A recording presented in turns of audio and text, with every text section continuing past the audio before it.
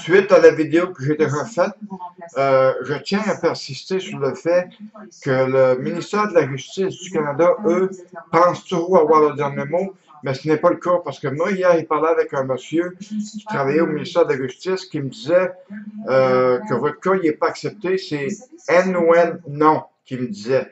N-O-N non, ça veut dire beaucoup, ça, pour moi.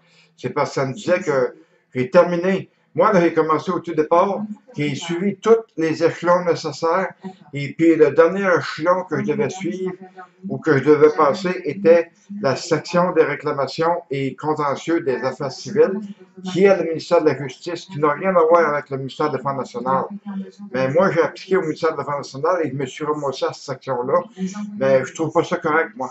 Et puis aussi, la loi sur le temps de prescription qui prend pas en considération la maladie ou les illness. Je suis pas d'accord avec ça, moi, pas en tout. Ce système de loi-là devrait être vérifié.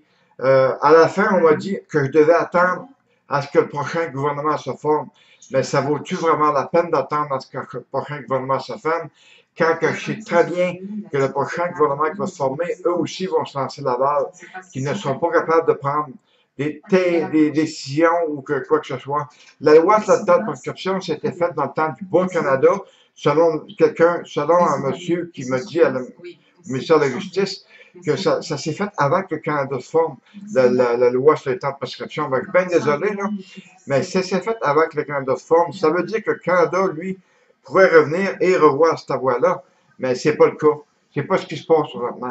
Mais je vais toujours persister à combattre cette loi-là parce que je sais qu'elle n'est pas logique et elle n'est pas normale. Parce que la loi de prescription peut être revue si, un exemple, c'est un acte criminel ou genre pédophilie ou quelque chose du genre, ils peuvent tout revenir à cette date-là. Mais pour ce qu'il y en a d'un autre cas, ils disent qu'ils ne peuvent pas revenir à cette date-là.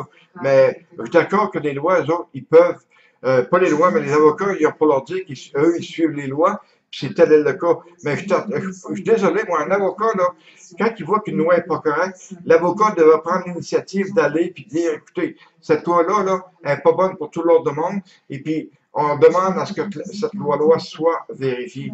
Mais les avocats, là, les avocats sont pas capables d'aller plus loin que le bout de leur nez, autrement.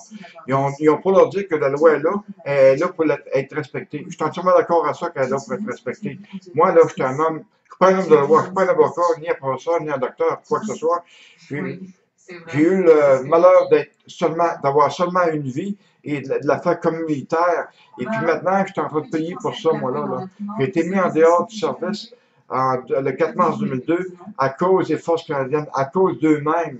Parce que les forces canadiennes m'ont rendu comme je suis présentement. Je me suis rendu malade depuis 1995. Et puis, c'est toujours ça, c'est juste ça. En tout cas, je vous remercie beaucoup de m'avoir écouté.